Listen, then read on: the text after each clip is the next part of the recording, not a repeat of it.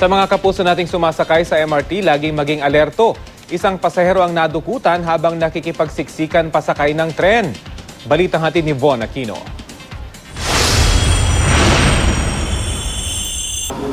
Hindi raw inakala ng pasahero na itago natin sa pangalang Mark na mananakawan siya ng cellphone sa loob ng istasyon ng MRT sa Kamuning, Quezon City kahapon.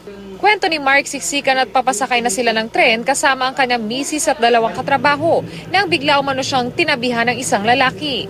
Biglang dinukot sa kaliwang bulsa ko yung cellphone ko.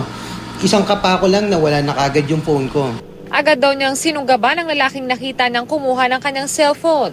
Hinablot ko talaga siya.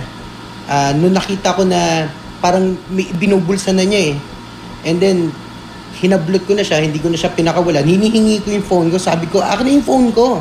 Nang makorner na raw niya ang lalaki, inilaglag pa nito ang kanyang cellphone sa sahig.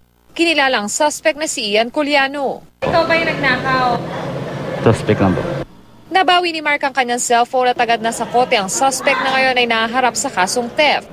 Dahil sa naranasan, payo tuloy ni Mark sa mga pasaherong sumasakay ng MRT. Doon sa mismong nagsisiksikan, papasok ng pintuan ng MRT, ng train, yun yung hinihintay nilang pagkakataon. Ingat po tayo doon. Sinisikap ng GMA News na makuna ng pahayag ang pamunuan ng MRT hinggil sa insidente. Von Aquino, GMA News.